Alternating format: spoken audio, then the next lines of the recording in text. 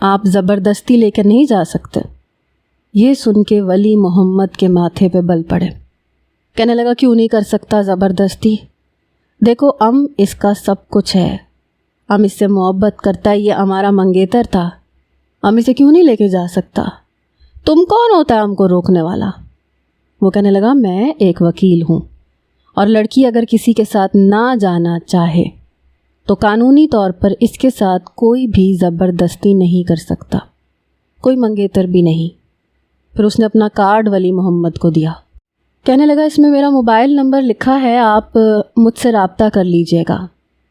میں اس وقت بہت زیادہ ڈر گئی تھی، مجھے واپس نہیں جانا تھا، کیونکہ واپس جا کے پھر سے وہی تماشا شروع ہو جاتا۔ ولی محمد کہنے لگا اس کارڈ کا کیا کرے گا؟ کو ہمارا ریام مل گیا ہے، تم اس کو ہمارا حوالے کرو، اس کو سب کچھ یاد آ جائے گا۔ وہ کہنے لگا میں آپ سے کہہ چکا ہوں نا، آپ زبردستی نہیں کر سکتے۔ دیکھیے مجھے سخت رویہ اختیار کرنے پہ مجبور نہ کریں، ورنہ میں آپ کو پولیس کے حوالے کر سکتا ہوں۔ کوئی بھی انسان کسی بھی لڑکی کو زبردستی اپنے ساتھ لے کے نہیں جا سکتا، یہاں تک کہ اس کا شوہر بھی اسے زبردستی اپنے ساتھ نہیں رکھ سکتا۔ قانون اس چیز کی اجازت نہیں دیتا۔ ہاں اگر وہ خود بخوشی آپ کے ساتھ جانا چاہتی ہیں تو باخدا میں بالکل منع نہیں کروں گا، لیکن وہ جانا نہیں چاہتی۔ آپ مجھ سے رابطہ کیجیے گا اور لازمی کیجیے گا۔ حماد نے کہا چلو میرے ساتھ۔ وہ مجھے دکان سے باہر لے گیا۔ اس کی والدہ نیچے برگر کھا رہی تھیں۔ میری بدحواس شکل دیکھی تو کہنے لگی تمہیں کیا ہوا؟ وہ کہنے لگا کچھ نہیں ہوا، گھبرا گئی ہے۔ آپ نے برگر کھا لیا تو واپس چلتے ہیں۔ ہم لوگ گھر واپس آ گئے۔ میں اپنے کمرے میں آ کے رونے لگی۔ کچھ دیر بعد حماد بھی دستک دے کے کمرے میں آیا۔ دروازہ اس نے بند نہیں کیا تھا۔ اس کی والدہ تھک گئی تھیں، اس لیے وہ اپنے کمرے میں جا چکی تھیں۔ وہ میرے بیڈ پہ فاصلہ رکھ کے بیٹھ گیا۔ کہنے لگا دیکھو میں اچھی طرح جانتا ہوں کہ تمہیں سب کچھ یاد ہے، مجھے بتاؤ یہ کون تھا؟ کیا یہ وہی ہے جس کا نام نکاح نامے پہ تھا؟ یہ تو اپنا نام ولی محمد بتا رہا ہے اور تمہیں اپنا منگیتر بتا رہا ہے۔ کون ہو تم؟ کیا اس کی منگیتر ہو؟ تو پھر وہ کون ہے جس کا نام نکاح نامے پہ ہے، جس نکاح نامے کی کوئی حیثیت ہی نہیں ہے؟ دیکھو مجھے سچ بتاؤ میں تمہاری مدد کر سکوں۔ میں رونے لگی۔ میں نے کہا کہ میرا نکاح 12 سال کی عمر میں ہوا تھا، ہم کو نہیں پتہ تھا نکاح کیا ہوتا ہے۔ اس کے بڑے بھائی نے ہم سے بطور امانت نکاح کیا تھا، کیونکہ ولی محمد وہاں موجود نہیں تھا۔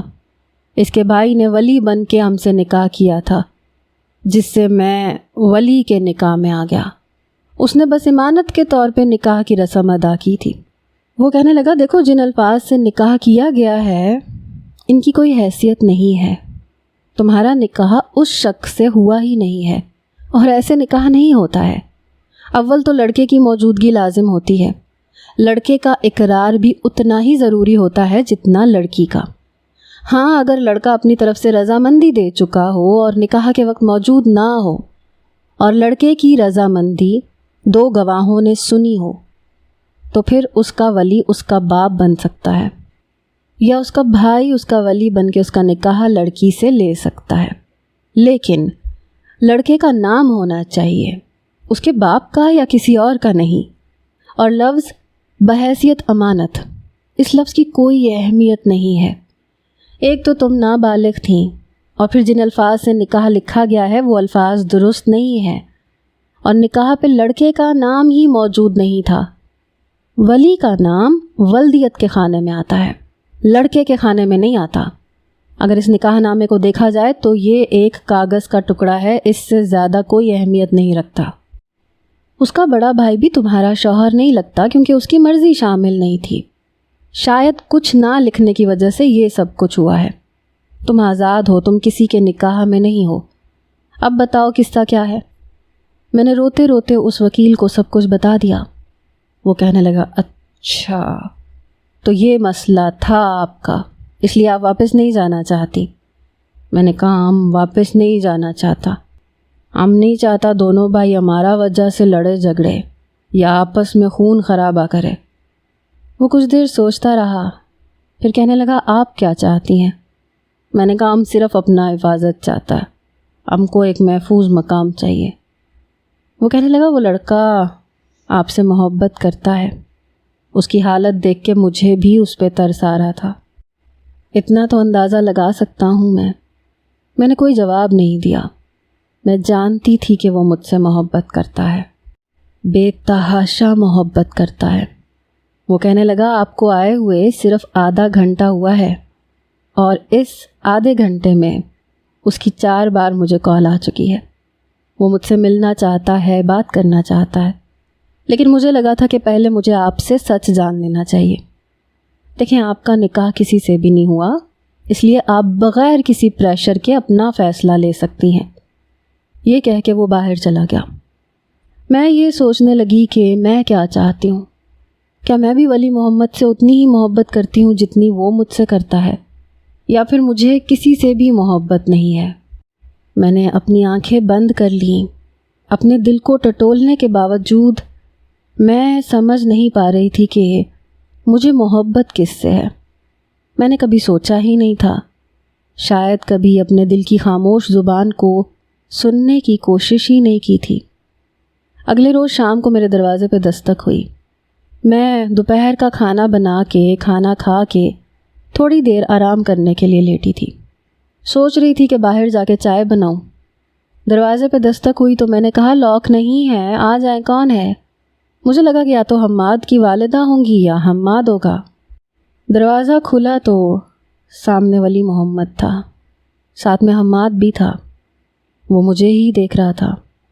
حماد کہنے لگا میرے خیال سے ریحام آپ کو ولی محمد کی بات سننی چاہیے، اور میں اسے بتا چکا ہوں کہ نکاح نامے کا اس کا بھائی آپ کا شوہر نہیں لگتا، لیکن فیصلہ ریحام آپ کا ہی چلے گا۔ یہ کہہ کے وہ باہر جا چکا تھا۔ میں نظریں چرا کے صوفے پہ بیٹھ گئی۔ وہ میرے سامنے بیٹھ گیا۔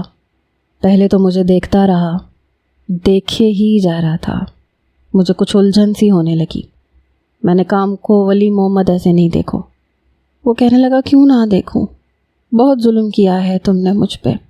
اچھا نہیں کیا ریحام، تمہیں اندازہ ہے اگر تم ام کو نہ ملتا تو پتہ نہیں شاید ام مر جاتا۔ میں نے کہا ایسی باتیں نہیں کیا کرو، کوئی کسی کے لیے نہیں مرتا، تم بھی نہیں مرتا۔ ام کیا کرتا؟ ایک طرف تم ہمیں ذہنی دباؤ میں رکھ رہا تھا، ایک طرف عدنان لالا تھا۔ ام اگر کسی ایک کا ساتھ دیتا تو پیچھے بڑا جھگڑا ہو جاتا، وہ تم کو مار دیتا یا تم اس کو مار دیتا، تم دونوں میں سے کوئی بھی مرتا۔ اپنے آپ کو ام اس کا قاتل سمجھتا، کیونکہ لڑائی ہمارا وجہ سے ہو رہا تھا۔ اماں تو ہم کو بد دعائیں دیتا، ہمیں برا بھلا کہتا۔ ولی محمد ام یہ نہیں چاہتا کہ تم مر جائے، ام یہ بھی نہیں چاہتا کہ عدنان لالا مر جائے، اس لیے ہم گھر سے نکل گیا، تم لوگوں کی زندگی سے نکل گیا۔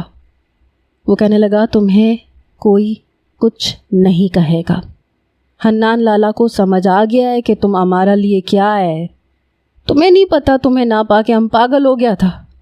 یہ کہہ کے اس نے اپنی شرٹ کے بٹن کھولنے شروع کیے۔ میں سمجھ نہیں پا رہی تھی کہ وہ ایسا کیوں کر رہا ہے۔ اس نے 3-4 بٹن کھولے اور بائیں جانب سے اپنا سینہ مجھے دکھانے لگا، جس پہ زخم لگا ہوا تھا، شاید اس نے میرا نام لکھا تھا۔ یہ دیکھ کے میری جان نکلی تھی۔ وہ کہنے لگا اس سے زیادہ زور سے لگتا تو شاید دل کا کوئی رگ کٹ جاتا۔ اس شخص کی دیوانگی کو دیکھ کے میں حیران تھی۔ میں بے ساختہ اس کے پاس آئی۔ میں نے کہا پاگل کا بچہ ہو کیا تم کو عقل وقل نہیں ہے کیا کیا تم نے؟ وہ کہنے لگا بس یہ نہیں کیا، اور بھی بہت کچھ کیا ہے۔ پھر اپنے الٹے ہاتھ کی کلائی میری طرف بڑھا دی جس پہ اسٹچز کے نشان تھے۔ وہ کہنے لگا ہم نے اپنا نس کاٹ لیا تھا تاکہ ہم مر جائے، لالا کا ہوش اڑ گیا تھا، پھر اس نے خود ہم کو خون دیا، ہمارا جان بچایا۔ میں نے کہا تم نے ایسا کیوں کیا؟ بولو ولی محمد، تمہارا دماغ کیوں کام نہیں کرتا؟ وہ کہنے لگا تم نہیں ہوتا تو ہم سے برداشت نہیں ہوتا۔ لالا نے اپنا قسم دیا ہے کہ جیسے ہی ریحام خان ملے گا ہم اس کو طلاق دے گا، تم کر لینا اس سے شادی، تمہیں اس کو جہاں لے کے جانا ہے لے جانا، ہم بھی اپنی شادی بنائے گا، اور قسم کھاؤ ولی تم دوبارہ ایسا نہیں کرے گا۔ لالا کہنے لگا ہم ریحام کو ڈھونڈ کے لائے گا، تب سے لالا اور ہم تمہیں ڈھونڈ رہا ہے، اور تم ہم کو کہتا کہ تم نے ہم کو پہچانا نہیں۔ ہم کو اپنے ولی محمد کو؟ میں اس شخص کو دیکھ کے حیران تھی۔ میں اتنی سنگ دل نہیں تھی کہ انکار کرتی۔ میں نے کہا چلو ہم تمہارا ساتھ جانے کو تیار ہے، ہم تم سے نکاح کرے گا، لیکن تم آئندہ ایسا کچھ نہیں کرے گا۔ میری بات سن کے اس نے اپنے آنسو صاف کیے تھے۔ کچھ دیر بعد حماد 2 گلاس جوس کے لے کے آیا، ہمارے سامنے رکھ دیے۔ ولی محمد کہنے لگا ہمارا ریحام ہمارے ساتھ جانے کو تیار ہے۔ یہ سن کے حماد ذرا سا مسکرایا، کہنے لگا ٹھیک ہے، مجھے کوئی اعتراض نہیں ہے، لیکن یہ اس طرح سے نہیں جائے گی۔ ولی محمد کہنے لگا پھر کس طرح سے جائے گا؟ وہ کہنے لگا تم بارات لے کے آؤ گے، نکاح کے بعد یہ ہمارے گھر سے تمہارے گھر چلی جائے گی، تم اپنے بھائی کے ساتھ، اپنی ماں کے ساتھ، اپنی برادری کے ساتھ آنا۔ میں چاہتا ہوں کہ یہ ہمارے گھر سے رخصت ہو۔ یہ سن کے ولی محمد کہنے لگا کل ہی آ جائے گا، وہ بارات میں کون سا وقت لگتا ہے؟ حماد ہنسنے لگا، کہنے لگا ہاں لیکن ہمیں تو وقت چاہیے، ہم دلہن کے گھر والے ہیں، اپنی دلہن کو تمہارے حوالے ایسے تو نہیں کریں گے، بڑی شان و شوکت سے کریں گے۔ وہ کہنے لگا نہیں وکیل لالا، ابھی ہم سے اور امتحان مت لو، ہم کو بس ہمارا ریحام چاہیے، ہم کو اور کچھ نہیں چاہیے۔ حماد ہنسنے لگا، کہنے لگا چلو اس جمعے کو لے آنا، لیکن 5 تو دے سکتے ہو نا، کچھ تیاری تو ہم بھی کریں۔ وہ کہنے لگا ٹھیک ہے، ہم جا کے اماں کو اور لالا کو بتاتا ہے۔ حماد نے گہری سانس لی، پھر کہنے لگا میں یہ نہیں جانتا کہ تمہیں محبت کس سے ہے اور کس سے نہیں، شاید تمہیں محبت کسی سے بھی نہیں ہے، اور ایسی صورت میں انسان کو اپنا آپ اس کے حوالے کر دینا چاہیے جو اس سے محبت کرتا ہے، اور تم نے اچھا فیصلہ کیا ہے، ولی محمد تمہیں بہت خوش رکھے گا۔ میں نے کہا ہم تمہارا احسان کیوں لے گا، ہم تم لوگوں کے گھر سے کچھ نہیں لے کے جائے گا۔ وہ ہنسنے لگا، کہنے لگا ہاں ٹھیک ہے، ہم کو تم اچھا لگتا تھا، بہت اچھا لگتا تھا، ہم بھی چاہتا تھا کہ تم سے شادی بنا لے، لیکن ولی محمد جیسا عاشق نہیں تھا تمہارا، لیکن ہماری اماں تم کو اپنا بیٹی سمجھتی ہیں، اس لیے وہ چاہتا تھا کہ تمہیں بیٹی کی طرح رخصت کرے۔ ہاں لیکن تم کو بہن نہیں سمجھتا، لیکن پھر بھی اماں تم کو اپنا بیٹی سمجھتا ہے، تو تم اماں کے حوالے سے ہمارا گھر کو میکہ سمجھ کے آ جا سکتی ہو، یہ میری اماں کا خواہش ہے۔ وہ میری طرح ہی بات کر رہا تھا، شاید جان بوجھ کے، پھر ہنسنے لگا، کہنے لگا پاگل لڑکی، بس خوش رہو، ہر چیز احسان نہیں ہوتی، ہم جو بھی کر رہے ہیں اپنی خوشی سے کر رہے ہیں، اس لیے ہمیں کرنے دو۔ یہ کہہ کے وہ میرے کمرے سے چلا گیا۔ جمعے کو مجھے بالکل دلہن کی طرح تیار کیا گیا۔ مغرب کے بعد میری بارات آئی۔ ولی محمد بہت اچھا لگ رہا تھا کہ آج شیو بھی کروائی ہے، بڑے دل سے تیار ہوا ہے۔ ہمارا نکاح بہت شاندار طریقے سے ہوا، رخصتی بھی ہو گئی، لیکن میرا دل زور زور سے اس وقت دھڑکا جب میں ولی محمد کے کمرے میں بیٹھی تھی۔ جب وہ کمرے میں آیا تو مجھے لگا جیسے کسی نے میرا دل مٹھی میں دبوچا ہو۔ دروازہ اس نے بند کیا، کنڈی لگائی، میرے پاس آ کے بیٹھ گیا۔ میں کچھ سمٹ کے پیچھے ہوئی تو یہ دیکھ کے وہ مسکرائے جا رہا تھا اور میں نروس ہو رہی تھی۔ وہ کہنے لگا یقین نہیں آ رہا تم ہمارا سامنے بیٹھا ہے۔ میں نے نظریں چرائیں۔ وہ کہنے لگا نہیں ریحام خان، آج نظریں نہیں جھکانا، آج ہمارا آنکھوں میں دیکھو، اور ہمیں تمہارا آنکھوں سے سیراب ہونے دو، ہمیں تمہاری نیلی نیلی آنکھوں میں اپنا عکس دیکھنا ہے، تمہارا آنکھوں میں ڈوبنا ہے۔ بڑی شاعرانہ باتیں کر رہا تھا، لیکن میری نظر شرم سے اٹھ ہی نہیں پا رہی تھی۔ وہ کہنے لگا ایسا کیسے چلے گا ریحام خان، نہیں آج تم کو دیکھنا پڑے گا۔ میں نے کہا ہم کو شرم آتا ہے، ہم نہیں دیکھے گا۔ میری بات پہ ہنسنے لگا، ہم کو تو نہیں آتا، ہم تو دیکھے گا۔ میرا چہرہ اس نے اپنے دونوں ہاتھوں میں لے لیا۔ میں نے آنکھیں بند کر لی۔ اپنی پیشانی وہ میری پیشانی کے ساتھ لگا چکا تھا۔ کہنے لگا آنکھیں کھولو ریحام۔ میرا دل زور زور سے دھڑک رہا تھا۔ لرزتی پلکوں سے میں نے اس کی بیتاب آنکھوں کو دیکھا۔ سب سے پہلے اس نے اپنے ہونٹوں سے میری آنکھوں کو چھوا تھا۔ مجھے لگا تھا کہ پتہ نہیں جب میں اس کے سامنے آؤں گی، اس کے کمرے میں آؤں گی، تو وہ جنونی سا ہو جائے گا، جذبات کی رو میں بہہ جائے گا، شاید میرے ساتھ کوئی سخت رویہ کرے، لیکن ایسے نہیں ہوا تھا۔ اس نے کسی کانچ کی گڑیا کی طرح سے مجھے چھوا تھا۔ ایسا لگتا تھا جیسے میں اس کے لیے کوئی بہت قیمتی چیز ہوں۔ محبت کیا ہوتی ہے، محبت کسے کہتے ہیں، یہ میں نے ولی سے جانا۔ میرا شمار شاید ان لڑکیوں میں ہوتا ہے جو شادی کے بعد محبت کرتی ہیں۔ کل تک میرے لیے ولی شاید اتنی اہمیت نہیں رکھتا تھا، لیکن آج میرا دل اس کے دل کے ساتھ دھڑکتا تھا۔ ہم لندن ضرور گئے تھے، لیکن صرف 1 مہینے کے لیے، کیونکہ سعد کو اپنی مما کی محبت چاہیے تھی۔ چند مہینے بعد حنان لالا نے شادی کر لی تھی، لیکن سعد ابھی بھی مجھے مما کہتا ہے۔ اللہ نے مجھے بھی اپنے ایک بیٹے سے نوازا ہے، لیکن ولی محمد میرا بہت خیال رکھتا ہے۔ اس کی محبت میں جنون نہیں ہے، اس کی محبت کسی ٹھنڈی میٹھی پھوار کی طرح ہے جو دل کو بہت بھلی لگتی ہے۔ حماد کے گھر پہ میں بالکل ویسے ہی جاتی ہوں جیسے کوئی اپنے میکے جاتا ہے۔ کل تک میں یہ سوچ کے پریشان تھی کہ میرا کوئی گھر ہی نہیں ہے۔ آج اس کی ماں مجھ سے ویسی محبت کرتی ہیں جیسی ایک ماں اپنی بیٹی سے کرتی ہے۔ حماد کی شادی بھی ہو چکی ہے، اس کی بیوی بہت پیاری ہے اور اس کی نیلی آنکھیں ہیں۔ وہ کہتی ہے کہ حماد نے میری نیلی آنکھوں کی وجہ سے مجھ سے شادی کی ہے۔ ہم دونوں کبھی کبھی لان میں اڑتی ہوئی تتلیوں کو دیکھتے ہیں اور کبھی کبھی انہیں اپنے ہاتھوں میں قید کر لیتے ہیں۔ زندگی بہت حسین ہو چکی ہے، لیکن جب بھی میں اپنی گزشتہ زندگی کو یاد کرتی ہوں تو میرے رونگٹے کھڑے ہو جاتے ہیں۔ پتہ نہیں نکاح کرتے ہوئے ہم لوگ ان سب باتوں کا دھیان کیوں نہیں رکھتے جو بعد میں ہم سب کے لیے مشکل کا سبب بن جاتی ہیں۔